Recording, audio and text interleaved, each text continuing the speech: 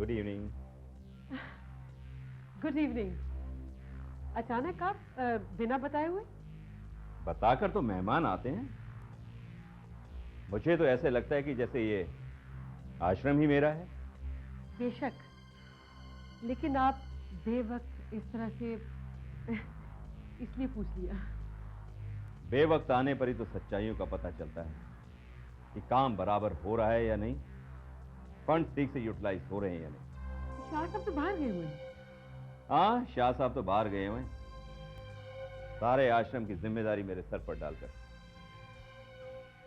शाह साहब तो इत्मीनान से घूमते फिरते हैं, कहते हैं कि तुम्हें जो करना है करो, आश्रम को जैसे चलाना है वैसे चलाओ। और हाँ, चेयरमैन की पावर भी तो मुझे दे दी है उन्होंने। उन्हें आप पर बहुत भरोसा है। You are right. अब देखिए ना, उस भरोसे को मेंटेन करने के लिए मुझे कितनी देर तक बाहर भटकना पड़ता है। उन्होंने तो सारी जिम्मेदारी मेरे सर पर रख दी है, पर निभानी तो मुझे ही पड़ेगी ना। एनीहाउ, मैडम, वो डेली ड्यूटी वाला रजिस्टर और फंड्स के अकाउंट की फाइल तो दिखाइए जरा। ओके। इस आश्रम का माहौल तो बड़ा रंगीन लगता है। शर्मा बिहेवियर। ये लीजिए और बैठकर इत्मीनान से पढ़िए। मैं तब तक ठंडे का इंतजाम करती हूँ।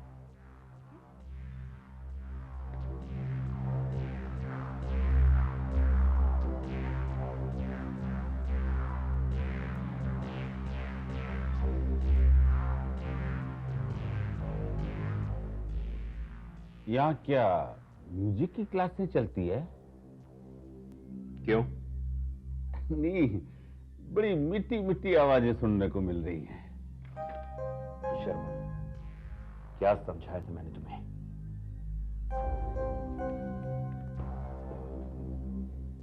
आओ सुजाता।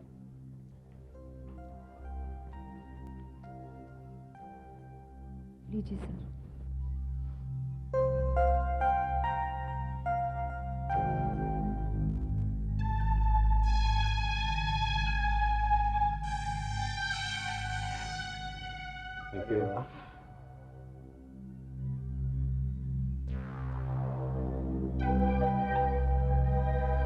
आवाज के साथ साथ चेहरा भी बहुत सुंदर है। इतनी दूर से जरा पास आकर के दो।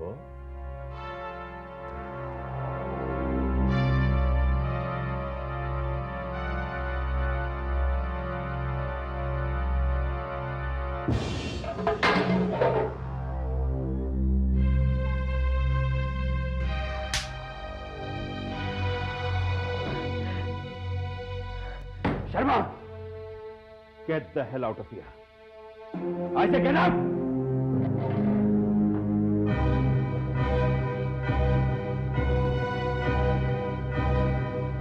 कौन था ये बदतमीज आदमी? मैं उसकी तरफ से माफी मांगता हूं। वो जो भी था, मेरी समझ में ये नहीं आ रहा कि मैं उसे अपने साथ क्यों लेकर आया। मुझे नहीं मालूम था कि वो पिए हुए है। मैं एक्सट्रीमली समझ रहा।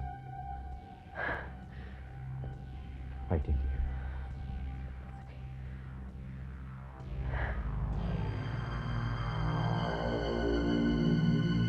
अरे भाई, पूरा दिन का भूखा हूं, रोटी मिलेगी?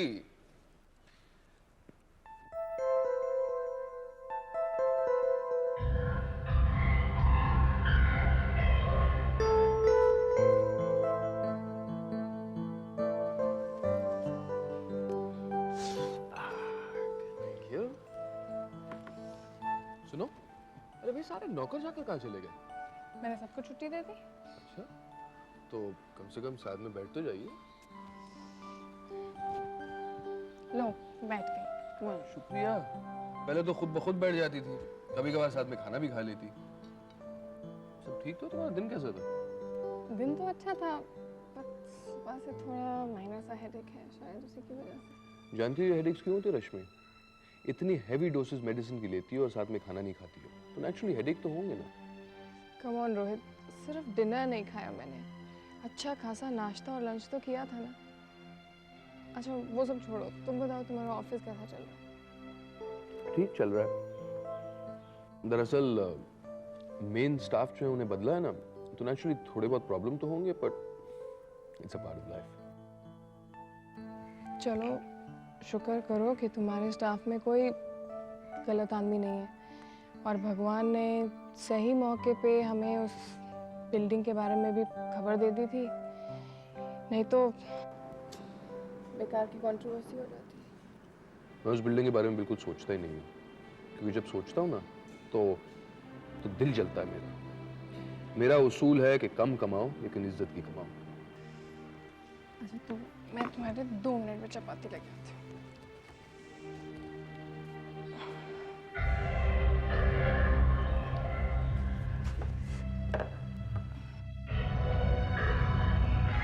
रश्मि, रश्मि, अरे भाई ठीक तो हो? झटके से उठी ना तो शायद उसकी वजह से चक्कर आ गए। Are you sure? I'm fine.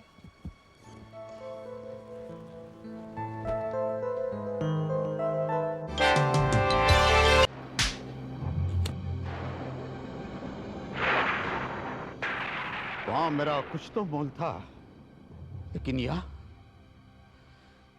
तो मेरी 2 कौड़ी की भी इज्जत नहीं है। सारी औरतां के सामने मेरे को थप्पड़ मार दी। अरे थप्पड़ तो दंदना के मैं भी मार सकता था, फिर इंजीनियर साहब की इज्जत क्या रह जाती। नहीं नहीं नहीं, मेरी यहां बिल्कुल नहीं जमेगी। मैं रोहित राजदान के पास वापस जाऊंगा। पैसे कम मिलेंगे तो चलेगा, इज्जत तो पूरी मिलेगी मुझे। मैं रोहित के सामने कान पकड़ करके माफी मांगूंगा। स्टैम्प पेपर पर जिंदगी भर की वफादारी लिख दूंगा। हाँ, उसके खिलाफ क्या क्या साजिश चल रही है, सारी पोल खोल दूंगा मैं।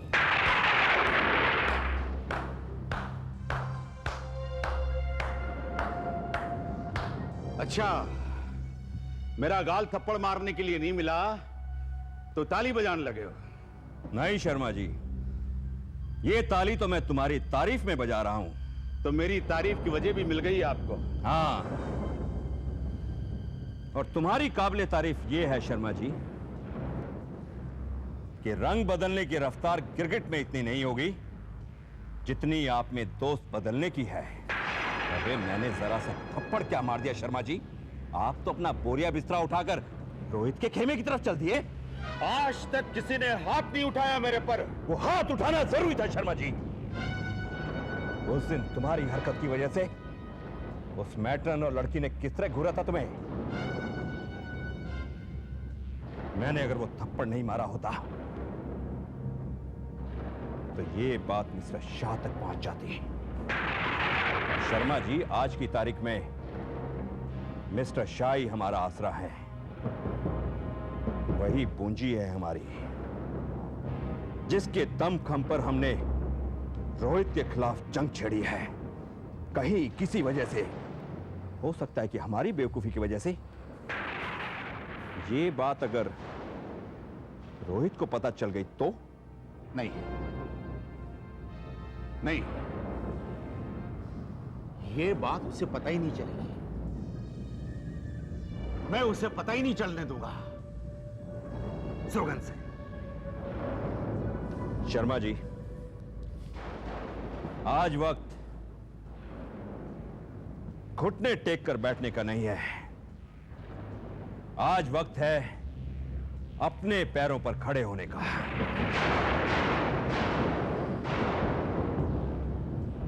हाँ शर्मा जी,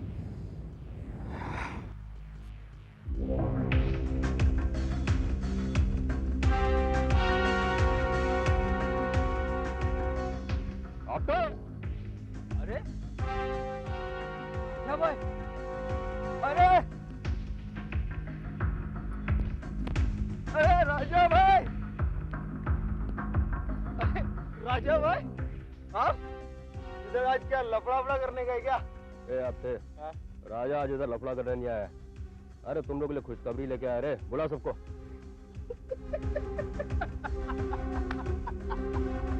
खुशखबरी? झोपड़पट्टी में खुशखबरी? क्या मजाक कर रहे हैं राजा भाई? तू क्या समझता खुशखबरी अपने आप चल के आती है रे? अरे मैं लेके आया हूँ, तुम लोग सबकी किस्मत खुलने वाली है। अरे तुम सबको पक्का फ्लैट मिलने मालूम है, मालूम? पक्के फ्लैट? लेकिन वो कैसे? एड़े तू क्या समझता मैं बार बार सबको बताऊंगा? जाके बुला के ला, अब एक बार बताता हूँ। ठीक है। ए तोमर, ए जा रहे सबको बुला के लेके आ। राजा भाई आया है, खुशखबरी लेके आया है, सबको बुला के लेके आ। राजा भाई आया, सबको बुलाया, जरूर कोई लफड़ा होएगा। राजा भाई क्या बात है आपसे? आए कुछ चिल्ला रहा था? ये जाके सबको बुला के ले गया। राजा भाई सबको फ्लैट देने वाला है। अबे क्या बात करता है? फ्लैट? राजा भाई ए बेवड़े, तूने सुना नहीं क्या? सबको फ्लैट मिलने वाले का है। जा सबको बुला के ला। अभी बुलाता हूँ। सुनो गंगू भाई, गंगू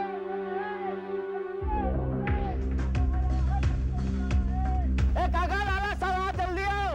अरे राजा भाई आया है, डरने की कोई बात नहीं है। आज कोई पंगा नहीं करेगा हमसे, वो अपने लिए खुशखबरी लेके आया है। अरे आजा भाई आजा। वो क्या है राजा भाई, तुम्हारी गाड़ी की आवाज सुन के ना सब अपने अपने घर में घुस के ला आएगा, सब लोग आएगा। अब ते तू देखना, अगली बार जब ये लोग मेरी गाड़ी की आवाज सुनेंगे ना तो अपना सारा घर का काम धाम छोड़ के भागे चले आएंगे। अरे इन लोग को नहीं पता कि इनके संग क्या चमत्कार होने वाला है। लो आगे सब लोग। भाई लोग, अभी तुम ही लोग बताओ, ये चमत्कार है कि नहीं? अरे 1 करोड़पति सेठ के दिल में एक दिन आया कि वो यहाँ की झोपड़पट्टी की जमीन खरीद कर तुम लोगों के नाम पे पक्के फ्लैट बनवाएगा। अरे अम्मा, पता नहीं तुम लोगों में से किसने ऊपर वाले से दुआ मांगी होगी कि उसने तुम लोगों की दुआ सुनी। अरे वो सेठ यहाँ की जमीन खरीद कर तुम लोगों के नाम पे पक्के फ्लैट बनवा के तुम लोग को ऐसे दामों पे देगा कि तुम लोग सुनोगे दंग रह जाओगे। और वो शाह सेठ को क्या पड़ी है इतनी मेहरबानी करने की हमारे ऊपर? अरे दादा, उस सेठ का तो शौक है मेहरबानी करना। कभी वो अनाथों के लिए आश्रम बनवाता है, कभी मजबूरों के लिए तरह तरह की संस्था। ए तोमर, तुम लोग जाके पहले उस सेठ के बारे में पता करके आओ, उसके बाद मैं तुम लोग संग माथा फोड़ूंगा। अरे नहीं राजा भाई, पता क्या करना है? अपन सब लोगों को पता है ना उस सेठ के बारे में। नहीं राजा भाई, आप आगे बोलो। देखो भाई लोग, अपन साफ साफ लफ्जों में बोलता है, तुम लोगों को मेहरबानी की भाषा समझ में नहीं आ रही। ये लोगों के मगज में कुछ नहीं जाएगा राजा भाई, इन लोगों को अपन समझा डालेगा और इन लोगों की तरफ से अपन माफी मांगता है। ये सब लोग समझ जाओ, समझा? सुन आपके, तुम लोगों को कम से कम 1000 रुपए और ज्यादा से ज्यादा 2000 रुपए महीने की किस्त देनी, लेकिन वो भी अभी नहीं। एक बार जब तुम लोगों को मकान मिल जाए, बाकायदे तुम लोगों के नाम पर रजिस्ट्री होगी, उसके बाद तुम लोगों को चाबी मिलेगी, तुम लोग उसमें रहना शुरू करो। उसका आराम से 1000 रुपए महीना भरते रहो। ये वाह, एकदम झकास स्कीम है ना तोमर? एकदम झकास, एकदम सही है। अपनी तो लाइफ बन जाएगी यार। अंगू जा जल्दी चाय लेके राजा भाई के, जा जल्दी जा। ये भाई एक बात पूछूं? नहीं वो अपन को गुस्सा नहीं करने का, वो तुम्हारा दलाली कितना है? एड़े, अपन को तुम लोगों से एक भी पैसा नहीं चाहिए, समझे कि नहीं? अच्छा आपते, अब तुम और तोमर इन झोपड़पट्टी वालों की तरफ से इस जमीन के बारे में जो भी बातचीत होगी उसके लिए तुम लोग उस सेठ से मिलोगे। एक बार तुम लोगों को चाबी मिल जाए, तुम लोग आराम से उस फ्लैट में रहना शुरू कर दो। अपन को तुम लोगों से एक भी पैसा नहीं चाहिए, समझा? अरे क्या बात करते हैं राजा भाई, 1-2 हजार तो एकदम चिरकुट है, इतना तो हम लोग महीने में दे डालते। ये तो सचमुच चमत्कार हो रहा है हमारी जिंदगी में। ये शाह सेठ तो कोई अवतार बनकर हमारी जिंदगी में आया है। जीने के वक्त न सही, पर मरने के वक्त तो हमारे सर पर अपनी छत होगी। अरे बोले शाह साहब की जय, शाह साहब की जय, राजा भाई की जय।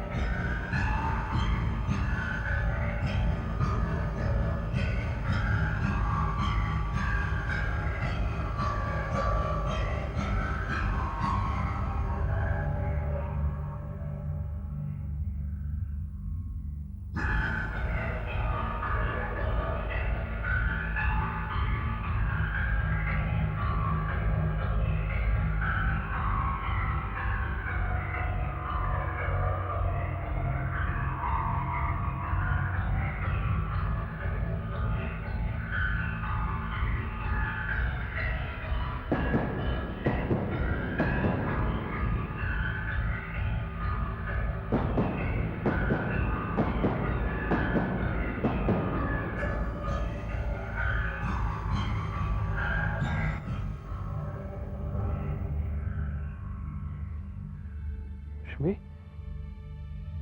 रश्मि,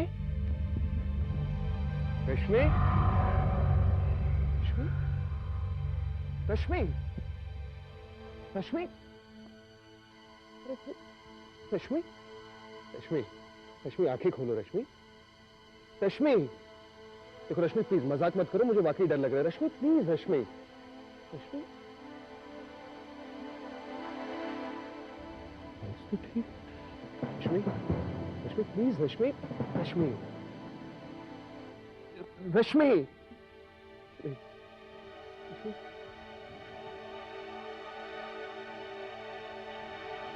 तो जान ही निकल गई थी रश्मि। अरे भाई तुम बिस्तर में थी फिर ये अचानक अचानक चक्कर सा आ गया। चक्कर सा आ गया?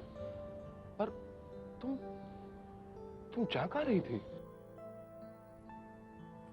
रोहित, शाम से सर में बहुत दर्द था। रात को अचानक बढ़ गया और झटके से मेरी नींद खुल गई। सर दर्द से फटा जा रहा था। पता है ऐसा पहले कभी नहीं हुआ।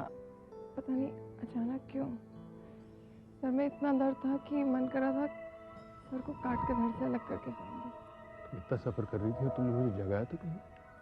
रोहित, तुम थके हुए घर आते हो, तुम्हारे ऑफिस में भी इतनी टेंशन है तो मैंने सोचा जला दूंगा उस ऑफिस को और हर उस चीज को जो तुम्हारे और मेरे रिश्ते के बीच में आए। अचार डालता है उस ऑफिस को अगर तुम्हें कुछ हो जाता। आइंदा ऐसा कभी मत करना रश्मि प्लीज, वरना मैं तुम्हें कभी माफ नहीं करूंगा। मैं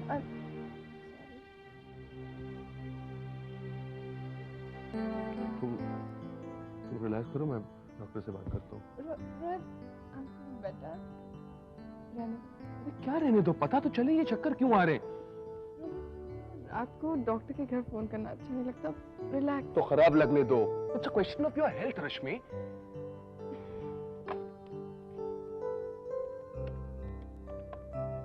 सिक्स 6335211 ना?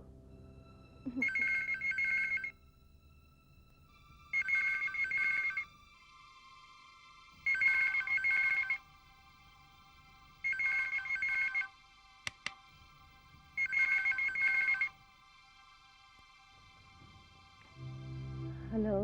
गुड इवनिंग मैडम, मैं रोहित राजदान बोल रहा हूँ, रश्मि का हस्बैंड।